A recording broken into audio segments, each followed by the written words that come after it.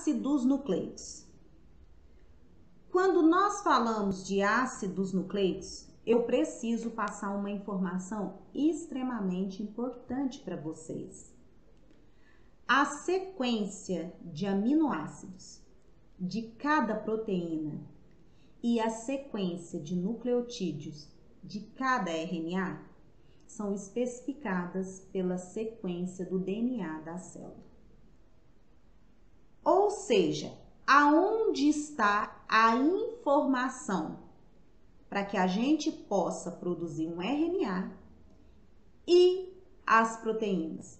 Está no DNA. Uma outra informação que é extremamente importante. Um segmento do DNA que contém a informação necessária para a síntese de um produto biologicamente funcional, seja esse produto uma proteína ou um RNA, essa sequência específica é denominada de gene. Isso para mostrar para vocês que nem toda a sequência presente no DNA, ela é para codificar um RNA ou uma proteína. Essa sequência especificamente que tem essa função, essa sequência é chamada de gene.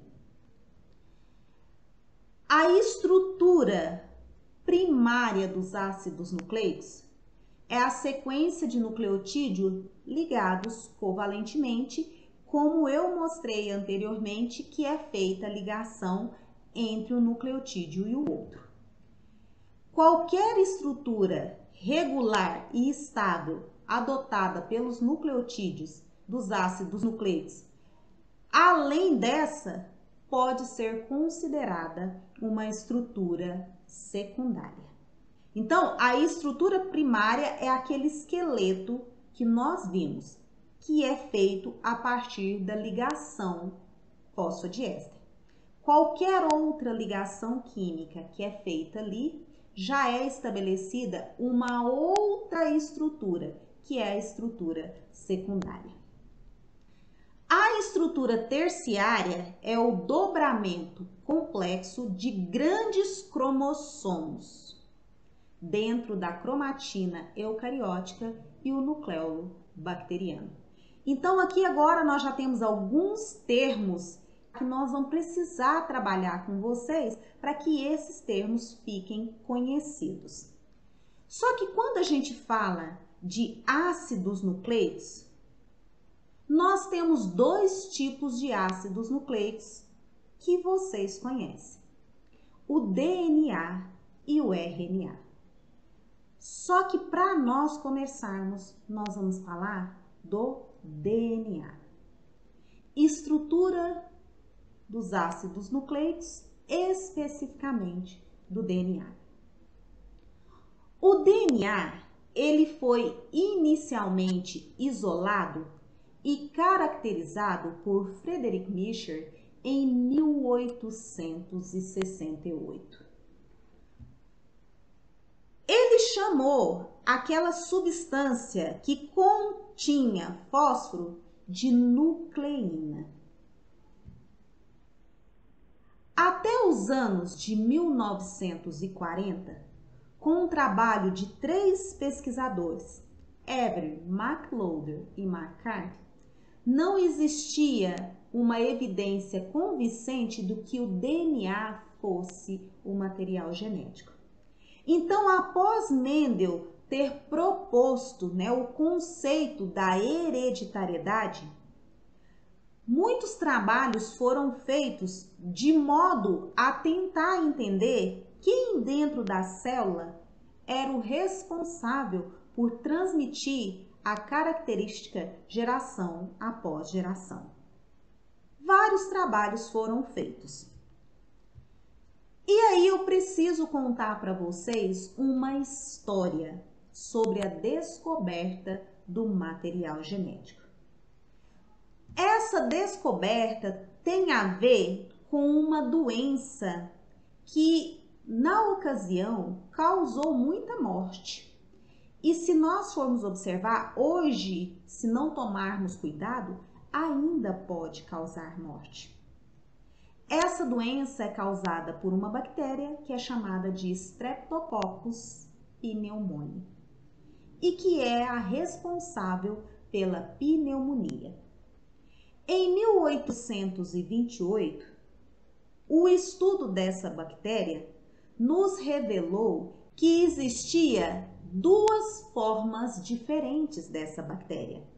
A bactéria S, que essa bactéria morfologicamente ela tinha uma cápsula de polissacarídeo na sua estrutura e isso fazia com que a sua estrutura fosse mais lisa. Ela foi identificada como bactéria S. E aqui a bactéria R, que essa não continha a cápsula de polissacarídeo e sendo assim a sua extremidade era irregular e ela foi identificada como bactéria R.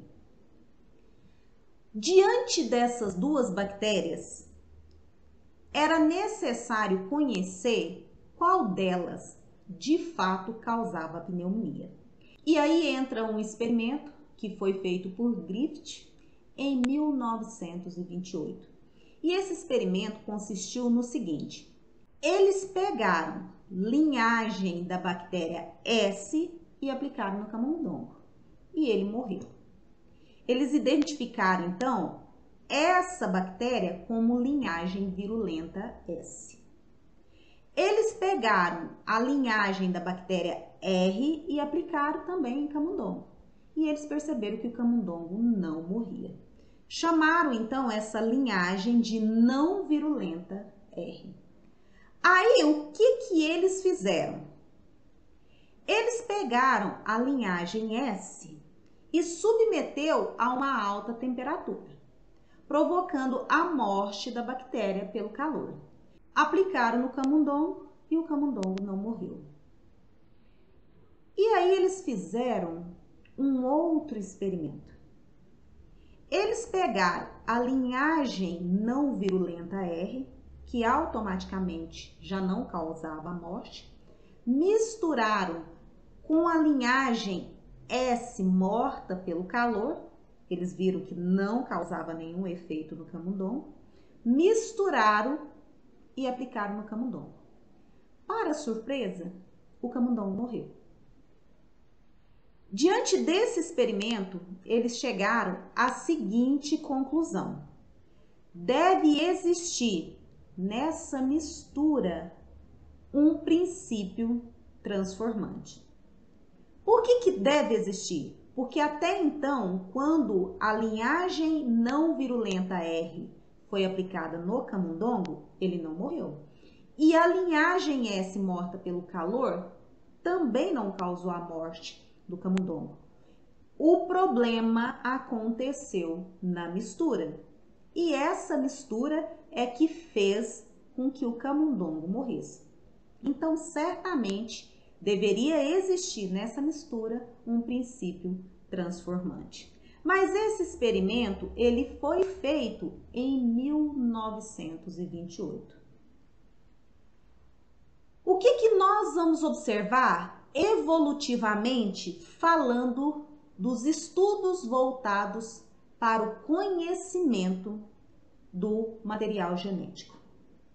Em 1940, Hervé Chargaff e seus colaboradores descobriram que 4 bases nucleotídicas do DNA eram encontradas em diferentes proporções nos diferentes organismos. Ainda com esse experimento, eles verificaram também que as quantidades de bases elas estavam relacionadas no DNA. Diante disso, esses estudos em diferentes espécies permitiram que esses pesquisadores chegassem às seguintes conclusões. Primeira delas, a composição de bases no DNA varia de uma espécie para outra. A outra conclusão, A amostra de DNA isolada de diferentes tecidos da mesma espécie tem a mesma composição de bases. Uma outra conclusão que eles chegaram: a composição de bases no DNA não muda com a idade do organismo. E a quarta e última conclusão que eles chegaram com esse experimento: em todos os DNAs celulares, a adenina está ligada à timina e vice-versa. A guanina à citosina e vice-versa. Isso foi reconhecido, essa complementariedade de base foi reconhecida como regra de Chargaff. Vocês lembram que nós tínhamos parado com os experimentos de Griffith, no qual ele tinha detectado que a mistura que ele fez usando uma bactéria não virulenta R com uma bactéria S morta pelo calor, ele chegou à conclusão sobre o princípio transformante. Nós vamos observar que os estudos seguiram com aquela ideia com Avery, McLeod e McCarthy em 1944. O que eles fizeram? Eles pegaram a linhagem virulenta, que é a linhagem S, para testar o que dessa linhagem realmente causava a morte do camundongo. E eles começaram a isolar alguns componentes da célula. Eles isolaram o DNA dessa linhagem e eles isolaram também a proteína. E lógico que eles fizeram isso com outros componentes, né, outros elementos da célula. Mas eu vou chamar a atenção para vocês do DNA e da proteína. Quando eles isolaram a proteína, eles misturaram essa proteína com a linhagem R e aplicaram no camundongo. E eles verificaram com isso que o camundongo não morria. Só que quando eles fizeram esse mesmo experimento, ao invés de usar a proteína, eles usaram o DNA, eles aplicaram no camundongo e eles perceberam que o camundongo morreu. Dessa forma, eles concluíram que o princípio transformante era o DNA. Vários outros experimentos foram feitos a fim de confirmar se realmente o DNA era capaz, né, de transformar uma bactéria não virulenta em bactéria virulenta. Então ficou identificado que esse responsável é o DNA. E os estudos avançaram. Em 1950, dois pesquisadores, Rosalind Franklin e Maurice Willis, usaram um método de difração de raio-x, que é essa foto que está aqui, para analisar o DNA. Diante dessa foto aqui, eles deduziram que a molécula de DNA é helicoidal, com duas periodicidades ao longo do seu eixo mais longo. A primária, com cerca de 3,4 angstrom, e a secundária, com cerca de 34 angstrom. Eles tiraram, então, essa conclusão analisando essa foto. No entanto, nós vamos observar que em 1953, dois pesquisadores, o Watson e Crick, um zoólogo americano e um físico inglês, eles propuseram um modelo de estrutura do DNA baseado nesta foto aqui de difração de raio-x no cristais da molécula.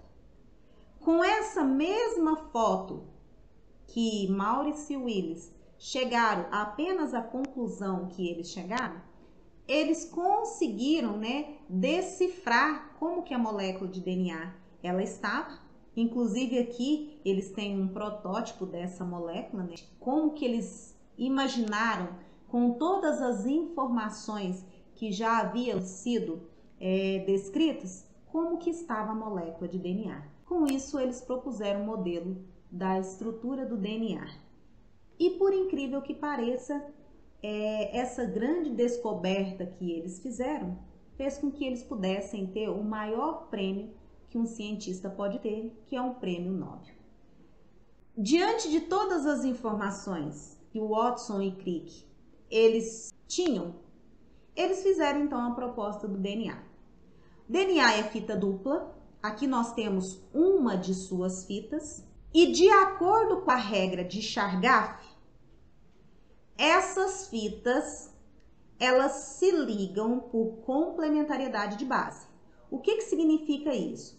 Se do lado de cá nós temos uma adenina, automaticamente do outro lado nós vamos ter uma timina.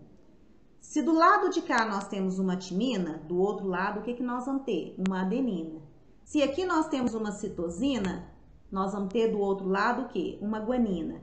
E vice-versa, guanina, citosina, citosina, guanina, timina, adenina, timina, adenina. O que que nós vamos observar aqui? Estruturalmente aqui nós temos as duas fitas e que nós vamos agora orientar essas fitas, porque nós temos aqui a ligação fosfodiéster e certamente nós temos as suas orientações. Então eu vou dizer o seguinte: o carbono que está livre aqui é o carbono 3. Se o carbono que está livre aqui é o carbono 3, necessariamente o que está livre lá em cima é o 5. As fitas do DNA, elas estão dispostas de maneira antiparalela. Isso significa o quê? Que se do lado de cá quem está livre é o carbono 5, do lado de cá necessariamente é o carbono 3, já que elas são antiparalelas. E se aqui quem está livre é o 3, necessariamente quem está livre aqui embaixo é o carbono 5.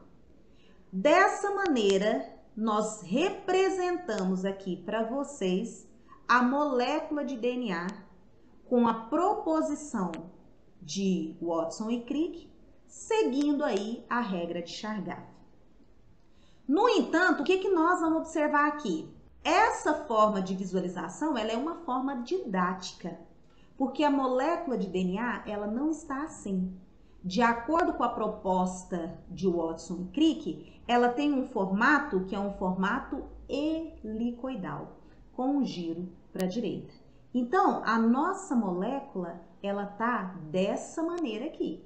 Nós desenhamos aqui para que nós pudéssemos entender como que está a estrutura, mas ela tem esse formato helicoidal. Quais são as bases que estão presentes no DNA?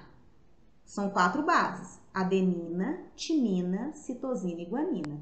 Qual é o açúcar do DNA? O açúcar do DNA é uma desoxirribose. E como que está a disposição da fita? Nós vamos ver que o DNA ele é composto por fita dupla. Ainda tem mais algumas informações aqui. Essas bases, para que elas tenham esse formato de complementariedade de bases, seguindo a regra de Chargaff, elas se ligam por ligações de hidrogênio. Então, vamos lá. Aqui eu tenho a ligação de hidrogênio e aqui nós temos a ligação fosfodiéster, que é a ligação covalente que é feita entre o nucleotídeo e o outro. Dessa maneira, então, fica claro para nós qual foi a proposta que o Watson e Crick eles fizeram em relação à molécula de DNA. Só que nós ainda temos algumas informações importantes. Veja só, por que as fitas do DNA elas são antiparalelas?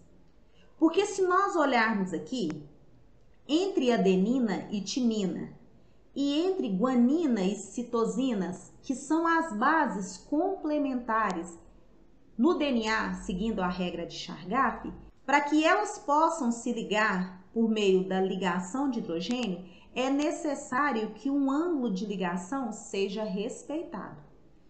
E que nós observamos que para que ele seja respeitado, as fitas precisam estar antiparalelas, porque senão essa ligação ela não pode ser feita.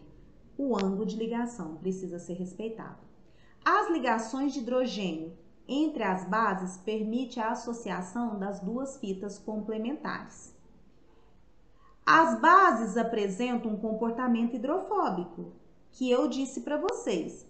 No entanto, quando elas estão empilhadas aqui, formando o DNA, a macromolécula, nós vamos ver que o empilhamento vai minimizar o contato dessas bases com a água. Então, de que maneira? Quais são as interações? Além das ligações fosfodiéster, das ligações de hidrogênio, que é o que nós estamos vendo aqui, quais as outras interações que a molécula de DNA ela pode fazer? Então, nós vimos a ligação fosfodiéster, que é a ligação covalente que é feita entre os nucleotídeos. Acabamos de ver as ligações de hidrogênio, que é feita para estabelecer a complementariedade de base. Nós vimos que as bases têm um comportamento hidrofóbico, o que vai permitir com que haja as interações hidrofóbicas. E eu disse para vocês que além dessas interações, nós ainda temos as interações de Van der Waals e de polo-dipolo. Ou seja, todas essas interações aqui são possíveis de serem vistas na molécula de DNA. E nós vamos ter a oportunidade de ver como que ela se estabelece para que a gente tenha o formato helicoidal, que é a estrutura que normalmente nós observamos na molécula de DNA.